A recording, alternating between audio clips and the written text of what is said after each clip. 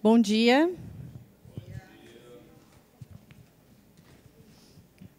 Então, em nome da Apante, nós gostaríamos de dar as boas-vindas a todos, tá? Inclusive a quem está assistindo a gente através do link em casa, né? E em todo o interior do Paraná. Então, nós vamos dar início à nossa segunda reunião científica da Associação Paranaense de Medicina do Trabalho, com o tema hoje, que são as vacinações, né? As campanhas de vacinação para o trabalhador, né? Todos nós sabemos a importância para o médico do trabalho dessas campanhas, né? Quanto que as doenças infecto-contagiosas impactam tanto no absenteísmo quanto na diminuição da produtividade nas nossas empresas, né? E a importância da prevenção através da vacina, que vai ter um impacto especialmente lógico, né? Que é o nosso foco na questão da saúde do trabalhador, né? E também, claro, na parte da economia e na produtividade da empresa, né? Então, nosso objetivo hoje aqui é darmos uma informação maior, um conhecimento mais aprofundado a respeito do assunto, né?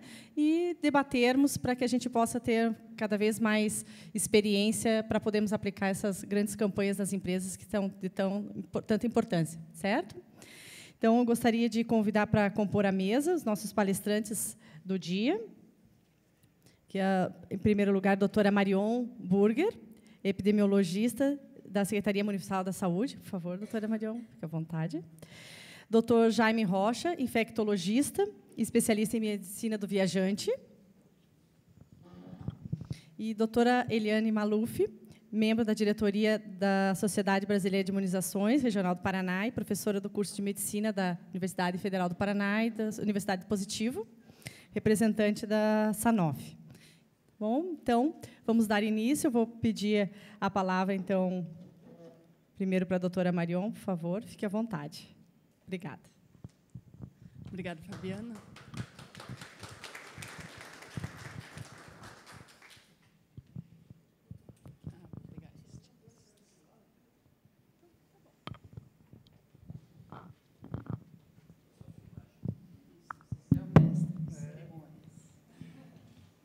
Bom dia a todos que estão presenciais, quem conseguiu cair da cama no sábado de manhã, quem está de longe também, ensolarado, em Curitiba, uma raridade, né? E tenho que fazer só uma correção, eu não sou epidemiologista, eu sou pediatra, infectologista.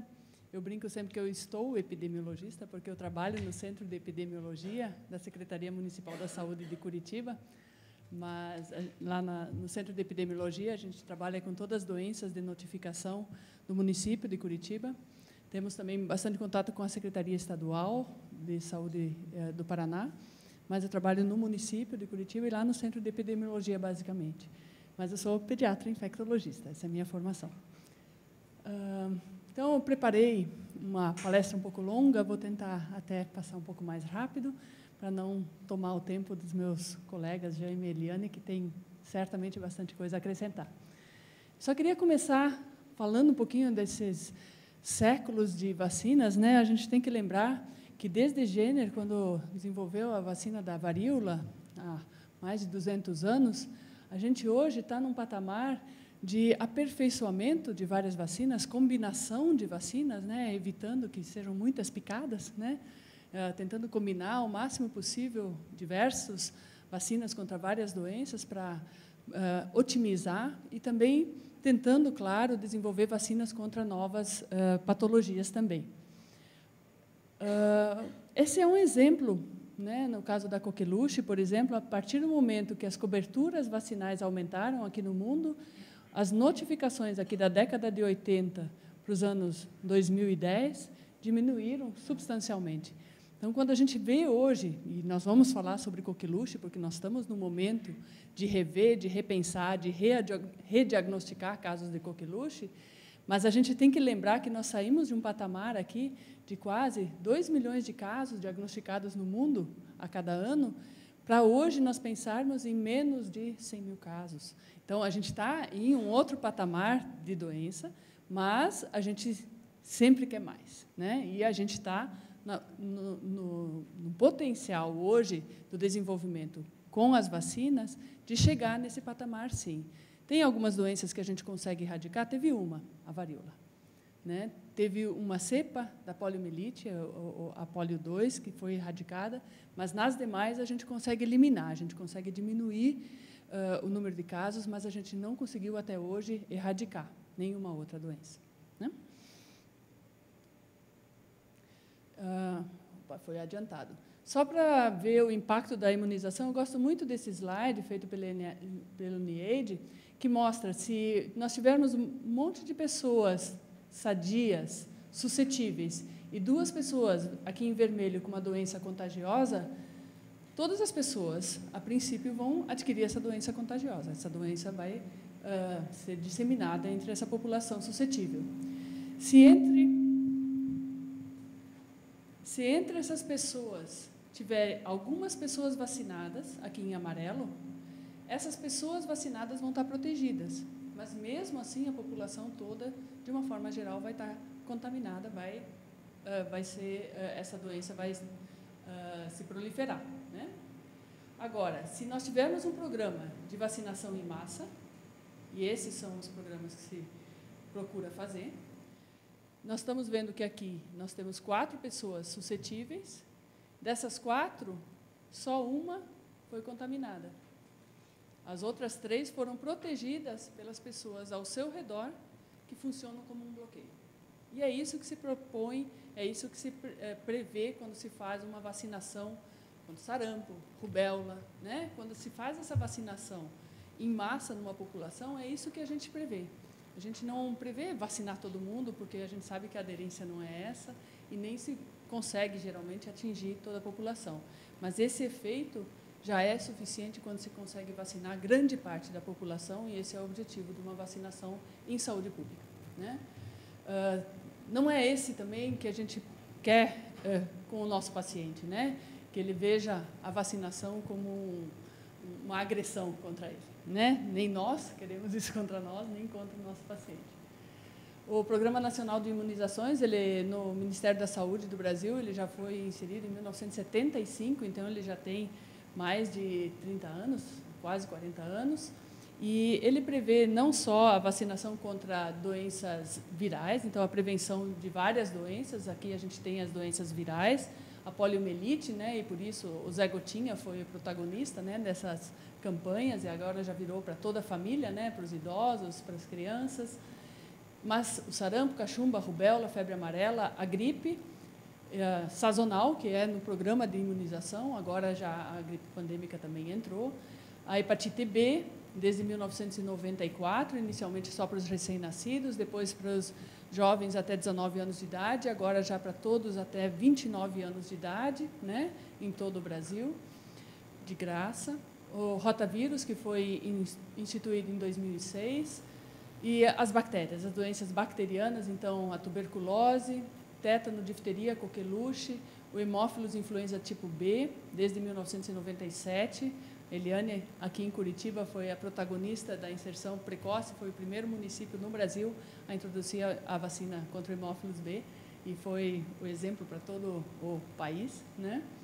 O pneumococo, desde abril de 2010, uma vacina conjugada para crianças abaixo de 2 anos de idade, e o meningococo tipo C, também desde setembro de 2010. Agora, em 2013, novamente, algumas vacinas vão ser introduzidas, né, a partir do segundo semestre. Então, é um programa bastante amplo, é um programa que prevê a vacinação gratuita, coisa que em poucos países a gente tem essa amplitude realmente, a gente reclama de tantas coisas do Brasil, mas muitos países fazem vacinação, mas poucos fazem a vacinação gratuita e com essa abrangência que o Brasil oferece, né? A produção dessas vacinas também é, em grande parte, autóctone no Brasil, né? O Butantan produz essas vacinas, Biomanguinhos, no Rio de Janeiro, produz também uma série de vacinas, e mesmo o Ataulfo Paiva, no Rio de Janeiro, que produz a BCG, e aqui no Paraná, que a gente produz a vacina contra a raiva canina, né, que é produzida aqui no Tecpar. As vacinas, essas que são oferecidas gratuitamente, são todas feitas em unidades de saúde, nas salas de vacina, e são feitas gratuitamente para toda a população brasileira, de acordo com as faixas etárias e de acordo com a preconização do Programa Nacional de Imunizações.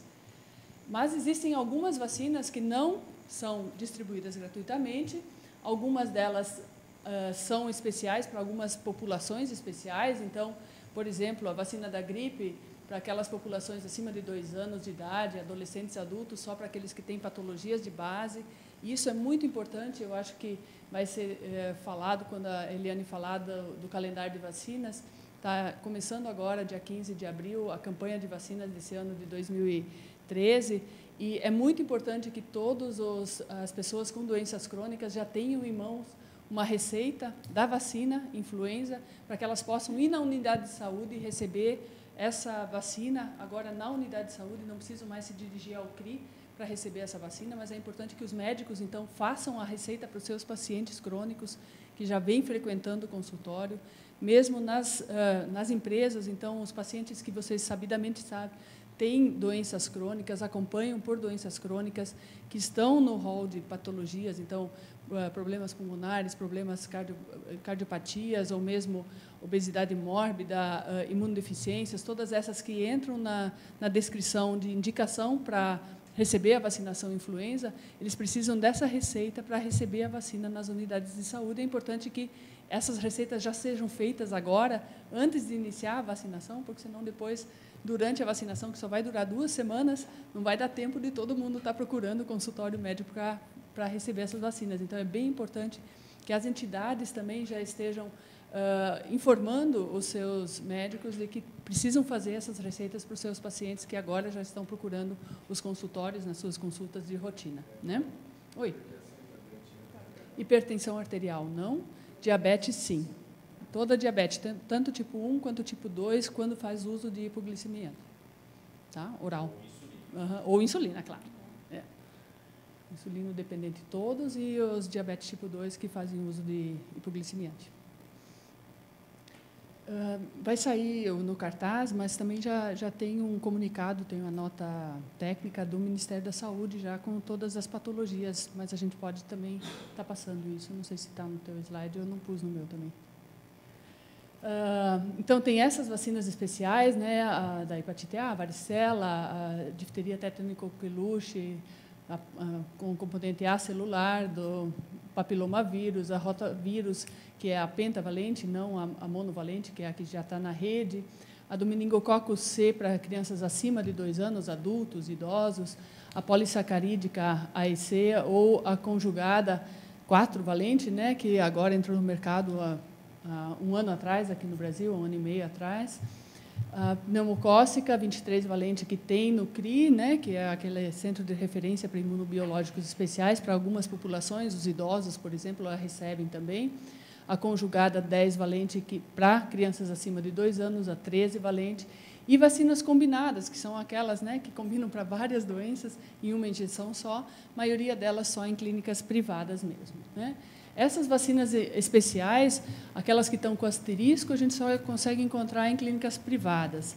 Aquelas que não estão com asterisco, tem nos centros de referência de imunobiológicos especiais, que são, tem um aqui em Curitiba, um em Londrina, aqui no Paraná nós temos esses 2 centros de referência, mas são só para populações específicas, e a indicação para quem recebe essas vacinas gratuitamente nesses centros de referência especiais, podem ser consultadas no site do Ministério da Saúde. Isso só para dar um apanhado geral, quais são essas doenças imunopreveníveis e onde se insere, então, o Programa Nacional de Imunizações. Agora, entrando particularmente no tema que me cabe, que são as doenças propriamente ditas, né, a gente tem que lembrar que muitas dessas doenças têm diferentes mecanismos de transmissão, claro.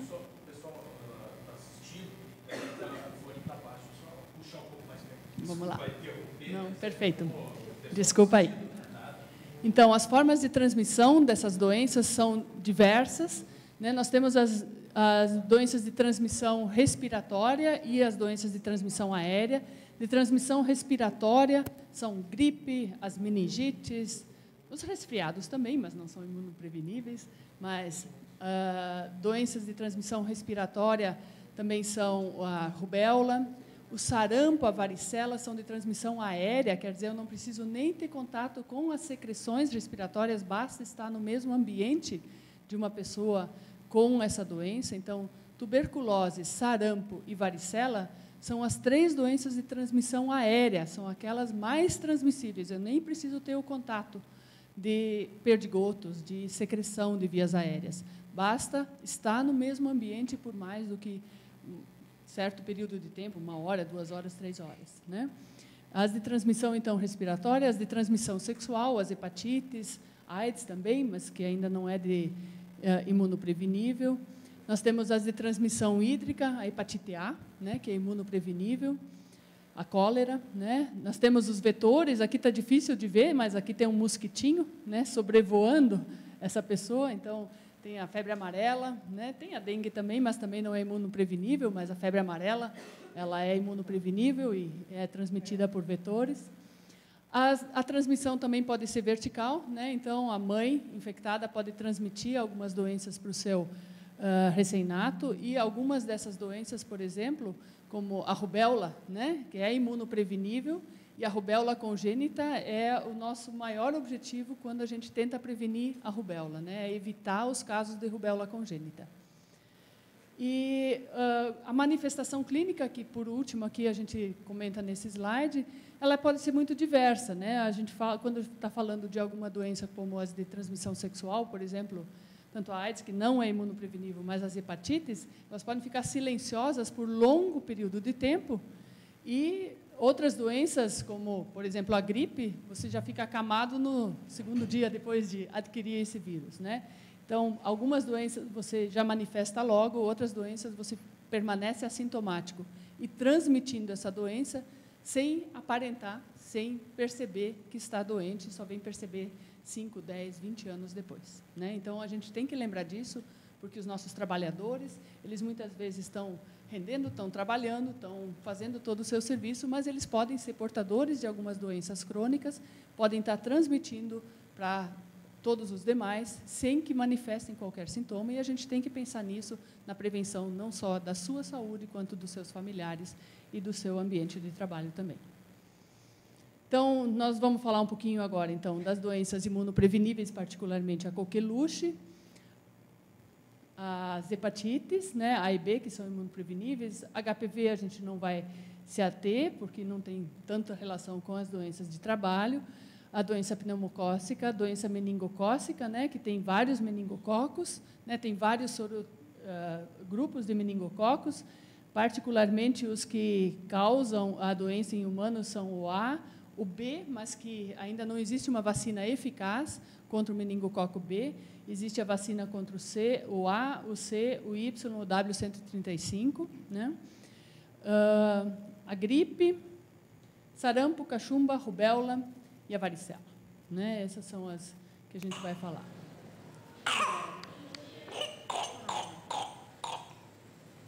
Só para dar uma angústia em todo mundo. Eu sou pediatra, não posso deixar de trazer uma criança, né?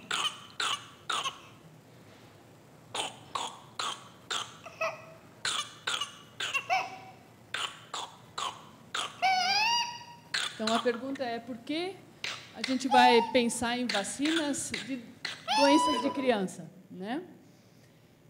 Esse é um caso de coqueluche, né? E quem transmite a coqueluche para esses bebês que ainda não estão vacinados ou que estão parcialmente vacinados, isso é, que tomaram talvez a primeira dose da vacina com 2 meses, somos nós adultos, e geralmente é a mãe, o pai, ou no máximo o irmão, ou talvez a babá, ou nós profissionais de saúde, né, que estamos lá no berçário, ou obstetra, que estamos atendendo esse recém-nascido. Mas, em 75% dos casos, é pai, mãe e irmão.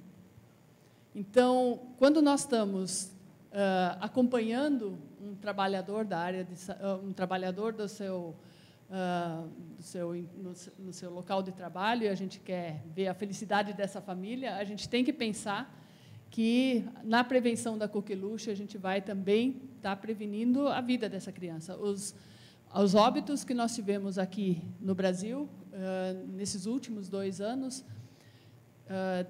tanto em 2012 quanto em 2011, só 2 não foram em crianças abaixo de 6 meses de idade. Todos os demais foram em crianças abaixo de 6 meses de idade. Isso porque as crianças realmente recebem de graça, né? A vacinação é feita com 2, 4 e 6 meses, hoje com a vacina Pentabrasil, que é chamada, né? Contra difteria, tétano, coqueluche, hemófilos e hepatite B, é uma vacina combinada, é uma injeção aos 2, uma aos 4, uma aos 6 meses. Depois, com 15 meses, recebe um reforço da tríplice bacteriana, difteria, tétano, coqueluche. Depois de 4 a 6 anos, recebe o 5º reforço. Então, com essas 5 vacinas, ela está relativamente protegida, e eu falo relativamente porque exatamente contra esse componente pertussis é relativamente, não é 100%, assim, é contra quem pior responde, né? Mas ainda é o que melhor se tem para combater a coqueluche. É a arma que fez aquela diminuição de 2 milhões de casos para isso que nós estamos hoje, né? Que nós quase não sabemos mais diagnosticar a coqueluche porque tinha poucos casos, né? Mas, infelizmente, tanto quem teve a doença nessa faixa etária, quanto quem foi vacinado nessa faixa etária, perde esses anticorpos. Mesmo quem respondeu à vacina, perde os anticorpos. Mesmo quem teve a bactéria, teve coqueluche clínica, diagnosticada laboratorialmente, perde esses anticorpos e volta a ser suscetível. E quando se infecta com essa bactéria, fica portador dela ou faz manifestação clínica, geralmente não tão típica quanto a gente gostaria, porque daí não faz o diagnóstico também, não faz aquele guincho, não faz aquele quadro típico de coqueluche. E são essas pessoas, que daí são os reservatórios dessa bordetela, que transmitem para esses bebês ainda não vacinados ou parcialmente vacinados, que daí fazem os quadros graves de coqueluche, como aquele bebê que a gente viu, estava internado aqui no HC, e que saiu bem.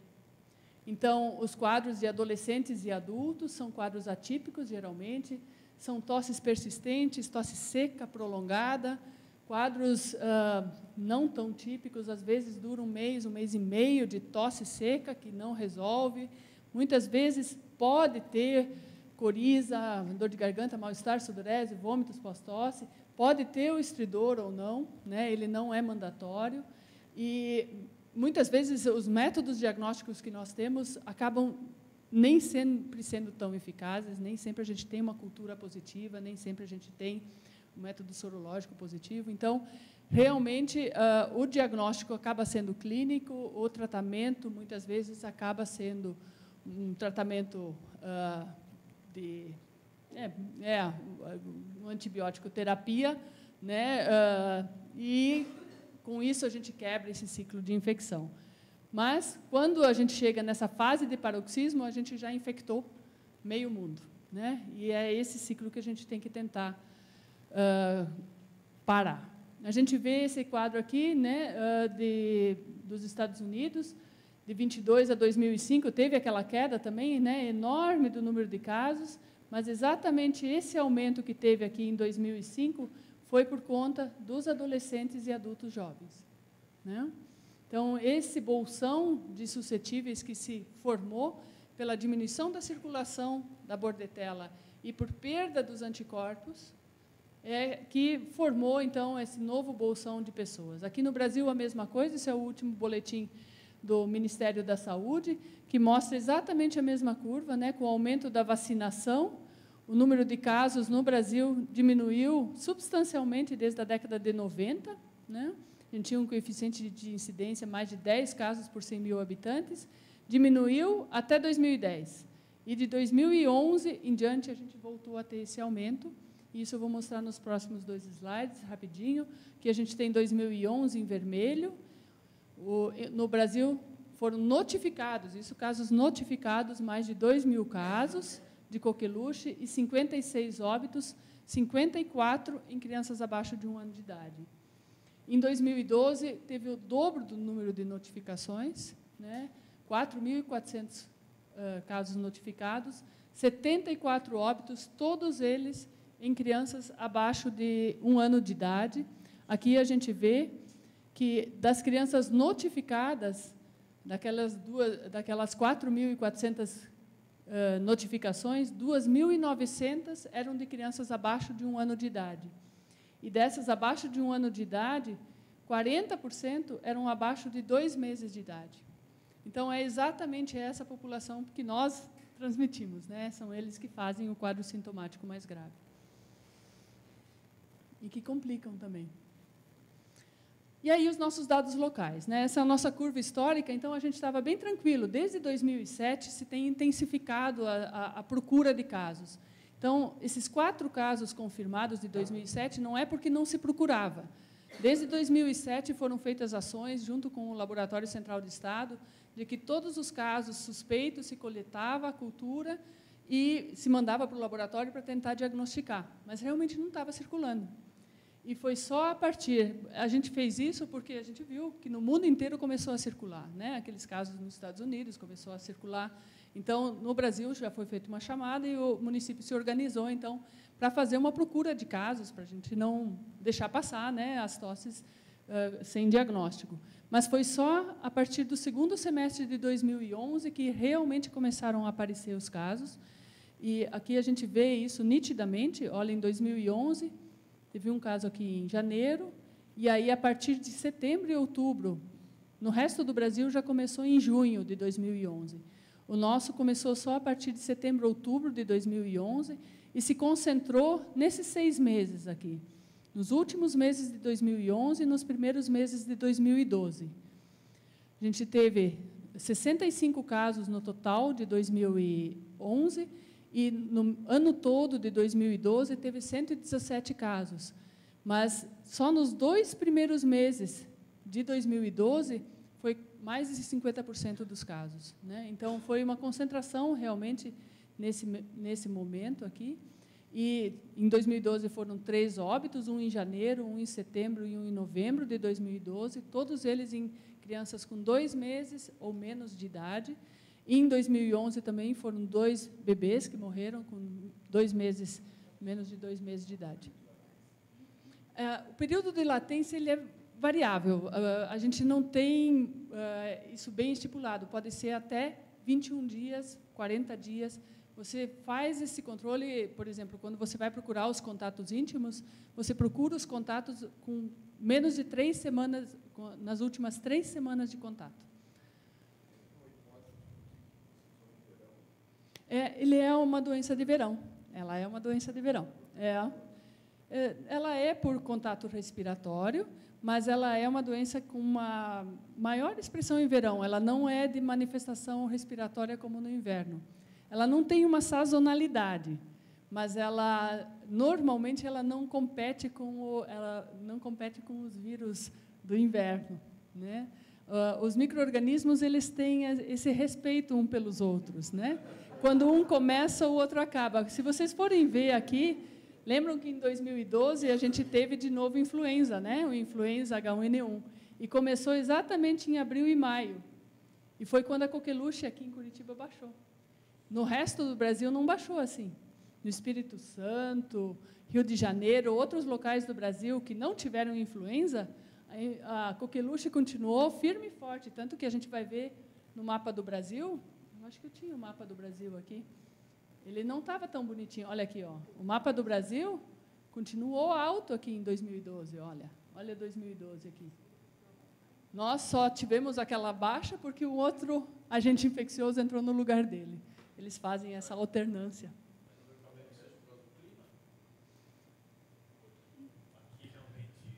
Esfria realmente, mas o frio não mata a bactéria, né?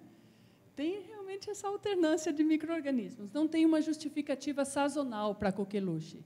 Isso é claro. Assim, não é como influenza, que quando está chovendo e frio, é o clima ideal, né? Quando você tem precipitações, você tem um clima úmido e frio, é quando a influenza adora, né? Mas a bordetella não tem essa particularidade, né? Ela não tem essa predileção. Então, só revendo os casos, aqui em Curitiba, então, foram 526 notificações só de pacientes residentes em Curitiba. De notificações, teve mais de 700 notificações de residentes e não residentes em Curitiba, né? Daí se investigou esses casos. Desses, mais de 356 casos, os contatos íntimos deles necessitaram receber quimioprofilaxia, né, antibiótico profilaxia. Na realidade, eles recebem o mesmo antibiótico que o paciente recebe, né? E 117 desses casos foram confirmados. Desses casos confirmados, 54 eram em crianças abaixo de 6 meses de idade, e dessas crianças abaixo de 6 meses, 35 eram abaixo de 2 meses de idade. E de todos os 117, 55 foram hospitalizadas. Isso é 47%. Dessas 55 hospitalizadas, 42 eram crianças abaixo de 6 meses. Então, a gente vê que são essas crianças que realmente complicam, são essas crianças que realmente apresentam o quadro grave da coqueluche, né? Então, o mote da coqueluche é: vamos proteger as crianças através da vacinação dos adultos, né? Protegendo, então, as pessoas que convivem com esse bebê, nós estamos protegendo esse bebê que ainda não foi vacinado ou que está parcialmente vacinado, né? Esse é um reporte do MMWR, que o CDC publica semanalmente, com os dados dos Estados Unidos, particularmente, e eu acho muito interessante que a gente vê que lá, algumas doenças que nós nem diagnosticamos mais aqui, né, o sarampo, por exemplo, a rubéola, que a gente, felizmente, com a nossa vacinação efetiva nos últimos anos, não temos mais casos autóctones aqui, eles ainda tiveram, só em 2013, 12 casos de sarampo e 1 caso de rubéola. Em 2012, nos Estados Unidos, eles tiveram 56 casos de sarampo e, em 2012, 2 casos de rubéola congênita, 8 casos de rubéola. Isso é um absurdo para a gente, né? Porque a gente aqui luta para a eliminação da rubéola e, de preferência, para a erradicação da rubéola, por isso as vacinações em massa. A gente sabe que, na Europa, esses dados são extremamente piores, né? Então, em quem trabalha em firmas europeias, o trabalho tem que ser muito mais árduo do que esse, né? A gente tem esse reporte aqui que veio num boletim que a Secretaria Estadual de Saúde toda semana também publica, que eu vou mostrar a seguir, que mostra os casos de sarampo na Suécia agora, começo do ano, né? Foram 10 casos, de sarampo na Suécia, em Estocolmo e em Uppsala, e as pessoas das firmas de vocês que vão para a Suécia, se não tiverem com as vacinas em dia, vão trazer isso no avião, vão contaminar todo o avião, porque o sarampo é de transmissão aérea, lembram? Então, se todo mundo estiver viajando 11 horas com o mesmo ar-condicionado no mesmo avião, todos os suscetíveis daquele avião vão estar potencialmente infectados. E vão trazer isso junto na mala, né, na sua via respiratória, vão transmitir para todos os seus bolsões, e esses casos são sempre importados. Então, a gente tem que lembrar de estar vacinando os nossos trabalhadores antes deles fazerem essas viagens, e, principalmente, quando eles manifestarem os primeiros sintomas aqui, lembrar de todas as escalas que eles fizeram nessas viagens também, porque todos esses locais vão ter que ser investigados e feito bloqueio para as pessoas que tiveram qualquer tipo de contato, inclusive todos os que tiveram nessa aeronave durante essas viagens, né? Então, para não pagar esse mico, é melhor vaciná-los antes de ir, né, para eles não trazerem isso na viagem antes. Lembrando o quadro clínico do sarampo, né, as manchas de Koplik raramente se vê aqui na boca, a face sarampenta, né, a febre geralmente alta, e aqui principalmente o exantema, bem característico do sarampo. O sarampo aqui no Brasil, aqui em Curitiba, perdão, o nosso último caso de sarampo foi em 1998, foi aquele surto de sarampo, né, em 97, 98, foi quem tinha que diagnosticar sarampo, foi a chance de rever os casos de sarampo, foram vários casos aqui em Curitiba, mas depois disso também foi feita uma vacinação em massa e não se teve mais nenhum caso diagnosticado aqui em Curitiba. A rubéola, né, eu só tenho foto de criança com rubéola, é um exantema muito mais leve, né, também não há um comprometimento tão exacerbado, febre baixa, linfonodomegalia, geralmente retroauricular e cervical posterior. E os casos de rubéola aqui de Curitiba, também a gente vê nessa série histórica, né, eram sempre em menor número. O nosso pior ano de rubéola foi em 97, então foi sarampo e rubéola junto naquele ano, né? E depois, o último caso de rubéola foi em 2008, 10 anos depois do sarampo. Né? O nosso último caso de sarampo tinha sido em 98, o último caso de rubéola foi em 2008, isso eu lembro também, foi de um residente da GO, lá no HC. Foi caótico, né? Então, a gente tem que lembrar também disso, né? Os estudantes de medicina, quando entram, tem que lembrar de ter a vacinação em dia. E a cachumba, que a gente pensa também que é doença de criança, e olha só nesse ano, aqui a gente relembra, né, o quadro clínico da cachumba, que é esse aumento da parótida, né, febre baixa, um quadro incaracterístico.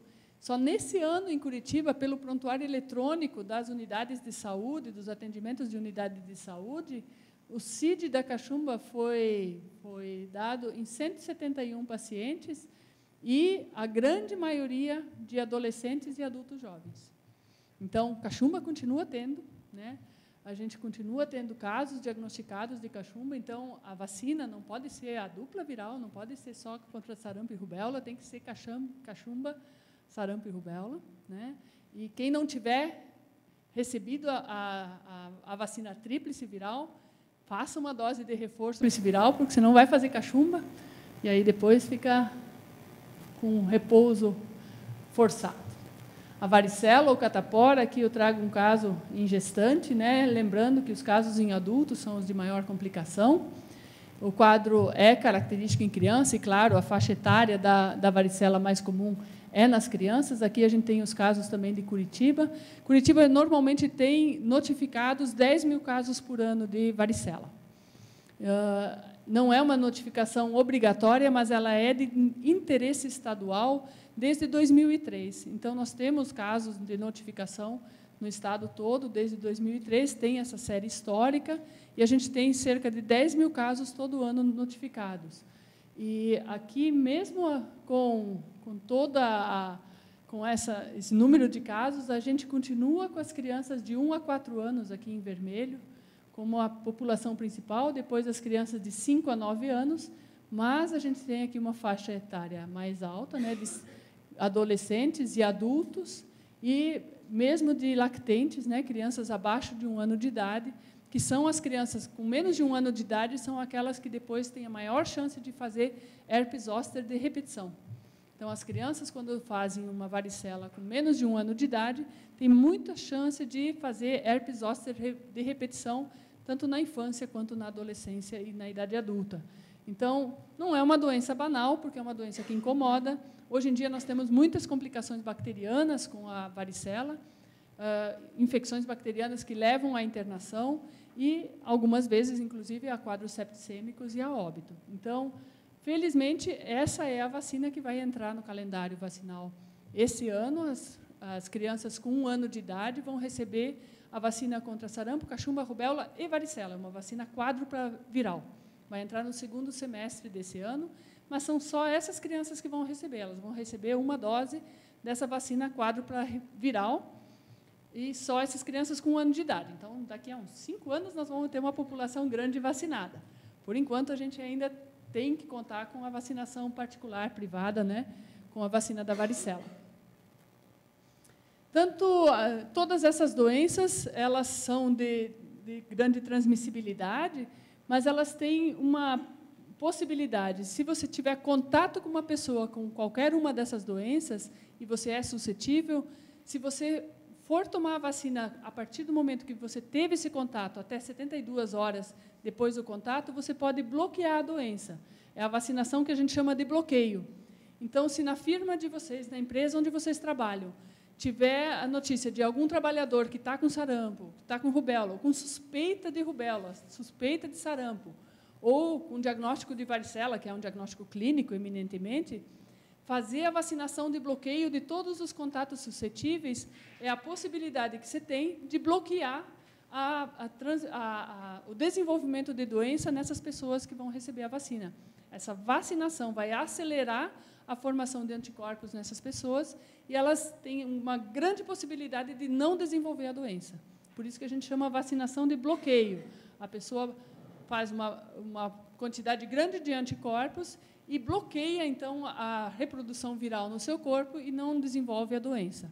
Então, essa é uma medida que deve ser tomada para toda pessoa que teve contato recente com uma pessoa com a doença. Se ela é suscetível a essa doença, ela pode receber essa vacina. São vacinas de vírus vivos, né, atenuados. Então, essa vacina também só pode ser feita para pessoas que são imunocompetentes. Se a pessoa é imunodeficiente, ela não pode receber essa vacina. No caso da varicela, existe a imunoglobulina, e aí ela pode receber a imunoglobulina. Se ela for imunodeficiente, ela pode receber a imunoglobulina para evitar que ela desenvolva a varicela complicada, né? Vou rapidinho nas outras doenças, eu acho que já me delonguei. A doença meningocócica, então, aqui relembrando as petecas, as sufusões hemorrágicas, bem típicas da doença meningocócica, né? Como eu já falei, a doença meningocócica pode ser causada por diferentes tipos de meningococo, meningococo A, B, C, W, 135, Y. Hoje em dia, o principal, sempre brigam, né? O B e o C. Aqui nas Américas, de uma forma geral. Na África, o meningococo A ainda é bastante prevalente. E hoje, já em várias localidades, o meningococo Y e o W135 têm aumentado a sua incidência. Então, a gente tem que lembrar dessas diferenças de cada um dos sorogrupos para pensar na vacinação. Tem diferentes vacinas, né? A vacina meningocócica C conjugada é aquela que desencadeia uma resposta imune, mesmo para crianças abaixo de 2 anos de idade, e também desencadeia uma memória imunológica. Isso é, a partir do momento que você faz uma resposta àquela vacina, a tendência é que você mantenha essa resposta por vários anos. Você não vai fazer só anticorpos IgM, que, quando eles forem eliminados, você não está mais protegido, que é o que acontece com as vacinas chamadas polissacarídicas. A vacina polissacarídica, ela só desencadeia uma resposta por uns 2, 3, no máximo 5 anos. Depois disso, a pessoa já volta a estar suscetível de novo. As vacinas chamadas de conjugadas fazem uma imunidade mais duradoura e também desencadeiam uma resposta imunológica em crianças pequenas, abaixo de 2 anos de idade. Então, as vacinas conjugadas, que são a de hemófilos, por exemplo, a vacina do meningococo C, a vacina agora 4-valente contra o meningococo A, C, Y, W135, que pode ser dada para crianças também acima de 2 anos de idade, já na rotina dos Estados Unidos. Aqui no Brasil, ela é só nas clínicas privadas. A doença pneumocócica, né, que pode ser tanto a pneumonia quanto a meningite pneumocócica, causada por pneumococos. Os pneumococos têm mais de 90 sorotipos diferentes de pneumococos, mas entre esses 90 sorotipos diferentes, tem mais ou menos 15 a 20 que são os mais prevalentes, que